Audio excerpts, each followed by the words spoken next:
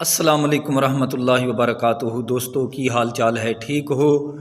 उम्मीद करने तुसी सारे खैर वाफियत दे नाल होवोगे। अल्लाह ताला तमाम नू अपने हिफ्ज़ो अमान दे विच रखे, आमीन सुम्मा आमीन। तो भाइयों, अज नबी पाक सल्लल्लाहु अलैहि वसल्लम दा फरमान बहुत ही ईमान अफरोज़। आप अलैहिस्सलातु वस्सलाम ने फरमाया जन्नती लोगां दे बिस्तर दे मुतल्लिक और जन्नती चारपाई दे मुतल्लिक।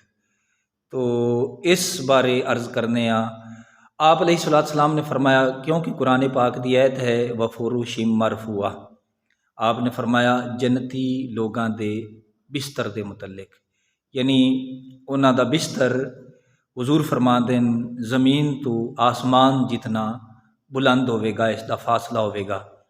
तो आप अलैहिस्सलाम ने इस जगह ते फरमाया और इत्थों ये पता चलता है कि जन्नत विच चार पाइयां होणगियां। तो आप अलैहिस्सलाम ने जन्नत दी चार पाई दे मुतल्लिक बयान फरमाया कि जन्नत दी चार पाई दा पाया ज़मीन तो आसमान जितना बुलंद होवेगा।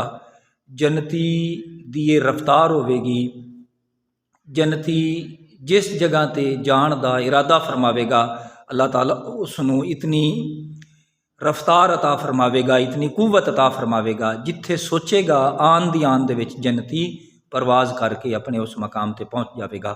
तो हुजूर दे गुलामो, जन्नत विच चार पाई इसका इतना यानी इसका पाया दा इतना बुलंद होना आप अलैहिस्सलाम ने बयान फरमाया। तो इस तरीके आप अलैहिस्सलाम ने हुजूर दे गुलामों कोई गल नहीं छड्डी जिहड़ी कि नबी पाक अलैहिस्सलाम ने बयान ना कीती होवे।